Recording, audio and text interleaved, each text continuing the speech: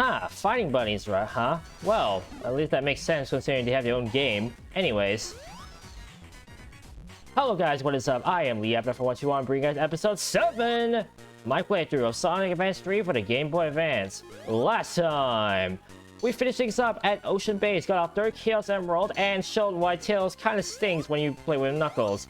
In this episode, we're now in Toy Kingdom, a very colorful stage, considered one of the more favorite stages in this game.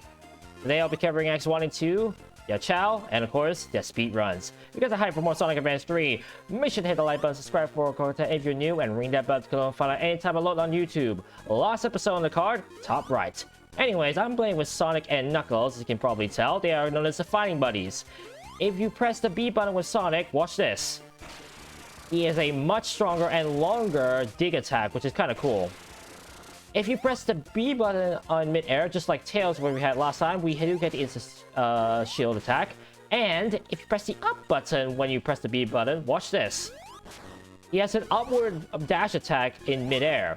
This attack will become very important later on in the game because, boy, it can also break boss fights, including the final boss, as a heads up.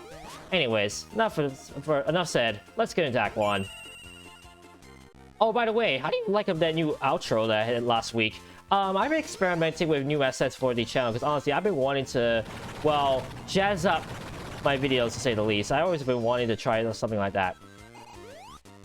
Oh, by the way, just saying, the upcoming stages, it has been kind of a slight pain planning out this Let's Play a bit. Because not only do I have to memorize the Chow, but consider if I do want to show certain combinations and their movesets, I kind of had to practice how to get all the Chow using the certain combinations. Now, granted, certain levels, in terms of getting all the Chow, which, by the way, you can get all the Chow in one go, which is kind of nice.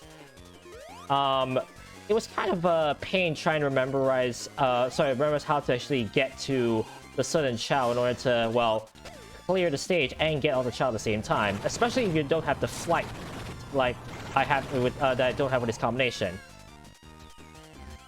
Right here, by the way, I hate this spring because you see this block right there? You can easily get crushed if you're not careful.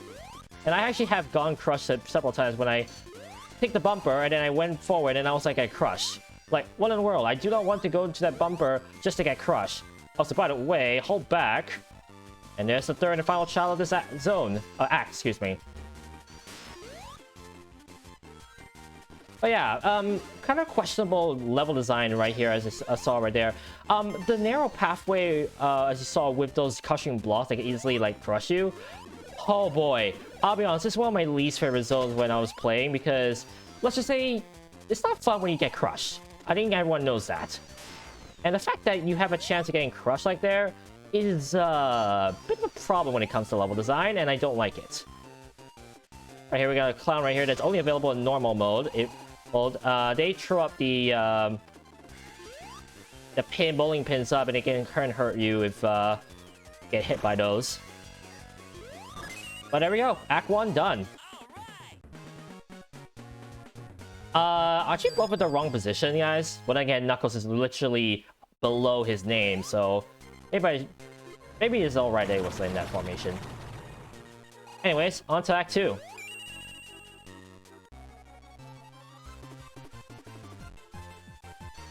Anyways, talking about Sonic and Knuckles, I'll be honest, I didn't really grow up with the OG Sonic games, so I never actually got to know about Sonic and Knuckles.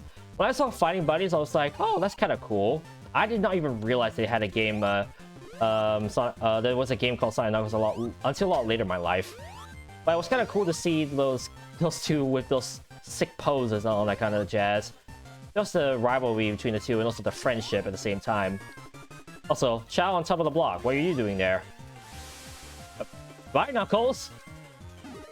See you! Take the rockets up here.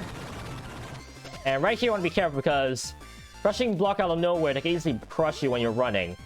Again, I don't like. Now right here, we have a cool spring. If it's red, spikes. If it's blue, normal spring. So be careful with that.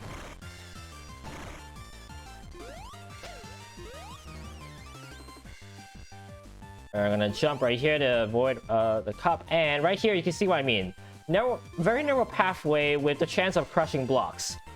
yeah, more questionable level design that I will agree is kind of weird, wonderful, and sometimes bullcrap.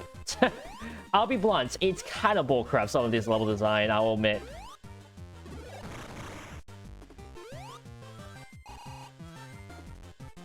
Anyways, another chow right there. The funny thing is that when it comes to the speedrun, you'll see that some of the speedruns I've done are kind of following the route that I took when it comes to getting all the chow. You will see that kind of correlation often in my playthrough. Because sometimes the fastest path is the chow path. And you'll see that more a lot in later levels, I would say. What are you doing here? Anyways, that's it for all the chow in this act, so we can just easily exit out proper. And again, these kind of crushing blocks I don't like. It's like I said, you have to wait for a long time just to get through them, and I don't think anyone wants to wait for that long. Yeah, crushing blocks. I'm gonna jump here to avoid a potential crushing block later on in the level. And right here, I'll be honest, even though you had some of these ramps, if you're playing with Sonic and Tails, do not use the R button. You will die if you try and dare to do that. I tried it myself and tested it out. It does not help. Because those jumps are meant to be placed in such a way that you do not need to press the R button. It's not Sky Cannon from Sonic Advance 2 where you have to press the R button, which is kind of dumb. Anyways, that's Acts 1 and 2, and should I showcase... You know what? I'll showcase the, Actually, I kind of skipped it already, I think. Or did I skip it? No, I did not. Hang on. I want to showcase that. If I were to spin dash up here... There we go. There's our defeat all enemies minigame. I was about to say defeat all minigames enemy. Oops. This one I might not be as familiar, but I'll be honest, this is where you'll see my knowledge about these, guys a lot less obvious. Also, you saw right there, that enemy is like a bumper himself, so be careful about that. This is actually where we're gonna go. Those piggy bank enemies will suck up your rings if you get hurt by those, so be careful of that.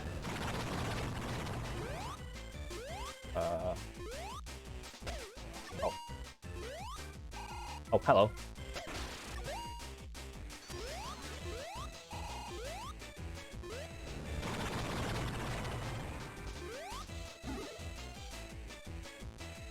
Yeah, I saw the other enemy. There we go. 2 lives. Yeah, I took a bit of too much time on that one, but as I said before, the later defeat all enemies minigames, I'm not as familiar with the level design, so you will see me getting like 2 lives or 1 lives in due time. I believe for the capsule minigame, it should be 15 points, which is the requirement. Anyways, wait, 15? No, 14, excuse me. Anyways, with that said, it's time for me to gotta go fast. Starting with Toy Kingdom Act 1, you'll see that the gold medal requirement is 3 minutes, but boy, this stage can be done in less than a minute. In fact, I actually pulled that one off screen. Unfortunately, I won't be able to showcase it, because I actually didn't screenshot it. But right here, lots of areas I'm going to skip because I do not want to deal with A, slow-moving platforms like this, and B, any like rockets if I can help it, because they actually do take up a bit of time if you take those. Right here, we see me use a lot of the up R action because I do want to get some height in certain parts to, well, skip some time. Right here, 21 seconds. Once you get up there, you'll be able to get through that block without needing to worry about that. And right here, I actually missed a 26-second checkpoint, but if you get 26 seconds here, you'll find yourself being able to, well, get through those blocks quickly and not need to wait. In fact, if you get 26 right there, if you do everything else correctly, it's a guaranteed sub-minute run, I'll be perfectly honest. I tested it out. Right here, lots of spin dashing to get through enemies and also make my movement swift. And right here, I use the Tails action because I do want to ignore the roller rockets. Once again, I do want to ignore as many rockets as possible because they do take up the time if you take those. And right here, 1 minute 2:02. I said before, sub-minute is very possible. But I wasn't able to pull it off on recording, so I won't be able to showcase that, nor show a screenshot of that, unfortunately, but oh well. All this now is actually Act 2, which is a lot faster, but I somehow couldn't really find an optimal path to go fast. In fact, this speedrun is actually be slower than Act 1, surprisingly. Shows what happens when you have that kind of levels where they're short. You don't have much leeway to be able to go fast, unfortunately. Right here, I use Tails action to skip, again, slow-moving platforms. Right here, I jump right there so I can grab this, well, what do you call those? Like those spinny contraptions? I don't know what you want to call those. I do take the Rocketeer right here, however, because I do need the height. Tails cannot actually reach up there. And right here, honestly, do not risk trying to get into that platform quickly. I'd rather just wait it out and just carry on afterwards. Right here, I use the same technique of jumping over that wheel because I do not want to to waste my time. And right here, 37 seconds is your checkpoint. Just quickly get on the platform and you're good to go. Right here, I do a perfect Tails action to skip one of the spike bumpers and jump right here to gain much more time. Right here, slight mistake. I didn't want to take the ramps. And right here, I want to use Tails action to skip the more slow platforming.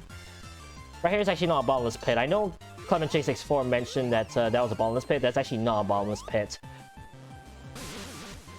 Oh, and by the way, as you see the end of this speed run, which by the way, I do make a slight mistake with getting that coin box. The ring box. I don't understand why Clement J64 was so confused why the piggy bank enemies suck up rings. Rings are portrayed as money, technically. So, in Sonic Unleashed, so why wouldn't the piggy bank enemy suck up rings? I don't know. It's one of those things that I think is a few comments actually picked him on with that video. Anyways, 131. A slightly tighter speed run compared to the first act, but all the more still fun to do. And with that, that's gonna be it for today. Thank you guys so much for watching another episode of Sonic Advance 3. Next time, we'll finish up Toy Kingdom and a brand new character will be unlocked. I wonder who it could be. Anyways, thank you guys so much for watching. But remember, the adrenaline rush is real. This is Leapper121 signing out. And I'll catch you guys on episode 8 of my playthrough of Sonic Advance 3. Peace!